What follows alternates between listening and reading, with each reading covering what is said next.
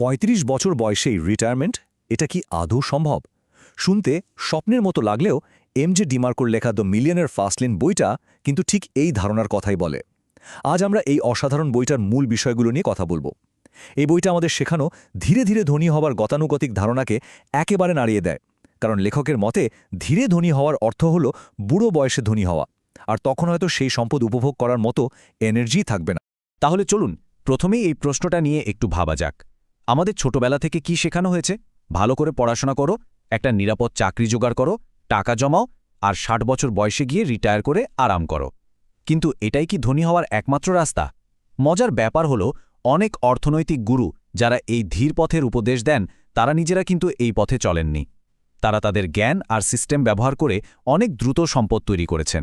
এখানেই আসছে দুটো পথের ধারণা, স্লো লেন আর ফাস্ট লেন।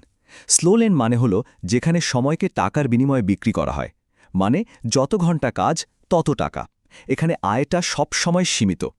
অন্যদিকে ফাস্ট লেন হলো এমন একটা সিস্টেম তৈরি করা যা নিজে থেকেই টাকা আয় করতে থাকবে। এখানে আয়ের সম্ভাবনা প্রায় অসীম, কারণ এটা আপনার সময়ের ওপর নির্ভর করে না। আচ্ছা, এই দুটো পথের পার্থক্যটা আরও পরিষ্কারভাবে বোঝার জন্য চলুন একটা গল্প শোনা যাক।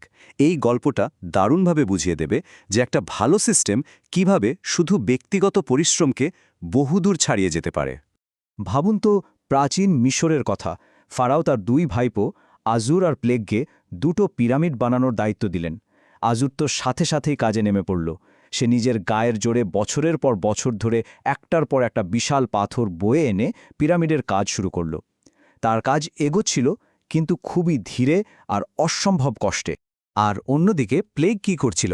তাকে দেখে মনে হচ্ছিল সে যেন কিছুই করছে না। প্রথম কয়েক বছর সে একটাও পাথর সরায়নি, বরং সে একটা জটিল আর শক্তিশালী যন্ত্র তৈরির কাজে লেগে রইল। আজুর তাকে দেখে হাসাহাসি করত, ভাবত প্লেগ ফাঁকিবাজি করছে, কিন্তু প্লেগ নিজের কাজটা ঠিকই করে যাচ্ছিল। আর তারপর যা হলো সেটাই আসল চমক। প্লেগের মেশিনটা যখন চালু হলো, যে কাজটা করতে আজুরের কয়েক মাস লাগত, সেই কাজটা মেশিনটা কয়েক দিনে করে ফেলল। প্লেগ তার সিস্টেমটা বানাতে ৩ বছর সময় নিয়েছিল ঠিকই, কিন্তু সেই সিস্টেম ব্যবহার করে মাত্র ৫ বছরেই পিরামিডটা তৈরি করে ফেলল। অন্যদিকে আজুর তার কাজ শেষ করার আগেই অতিরিক্ত পরিশ্রমে অসুস্থ হয়ে পড়ল। সুতরাং মূল শিক্ষাটা কি? সিস্টেমের শক্তি সবসময় একা একজনের পরিশ্রমের চেয়ে অনেক গুণ বেশি শক্তিশালী। এই গল্পটা থেকেই কিন্তু আমাদের আর্থিক জীবনে ৩টা আলাদা মানসিকতার ধারণা পাওয়া যায়। কার মানসিকতা কেমন, সেটাই আসলে তার আর্থিক ভবিষ্যৎটা ঠিক করে দেয়। প্রথমটা হলো সাইডওয়ার্ক বা ফুটপাতের মানসিকতা। এরা আজকের দিনটা নিয়েই বাঁচে, যা আয় করে সাথে সাথেই খরচ করে ফেলে, ভবিষ্যতের কোনো চিন্তাই নেই। দ্বিতীয়টা হলো স্লো লেন, যা নিয়ে আমরা আগেই কথা বলেছি। এরা ভবিষ্যতের নিরাপত্তার জন্য বর্তমানের আনন্দকে বিসর্জন দেয়। আর ৩ নম্বরটা হলো ফাস্ট লেন। এখানে মানসিকতার একটা বিরাট পরিবর্তন ঘটে, শুধু একজন ভোক্তা না থেকে একজন নির্মাতাতে পরিণত হওয়া। তো প্রশ্নটা হলো, এই ফাস্ট লেনে উঠব কী করে? এর জন্য কি কোনো ফর্মুলা আছে? হ্যাঁ, আছে। লেখক এটাকে বলছেন NEST ফর্মুলা। চলুন এর ব্যবহারিক কাঠামোটা একটু দেখে নেওয়া যাক। এই ৫টা জিনিস হলো একটা ফাস্ট লেন ব্যবসার মূল ভিত্তি। প্রথমে, নিড বা চাহিদা। এমন কিছু তৈরি করুন যা মানুষের সত্যিকারের কোনো সমস্যার সমাধান করে। ২, এন্ট্রি বা প্রবেশ। এমন ব্যবসায় নামুন যেখানে সবাই খুব সহজে ঢুকতে পারে না। ৩, কন্ট্রোল বা নিয়ন্ত্রণ।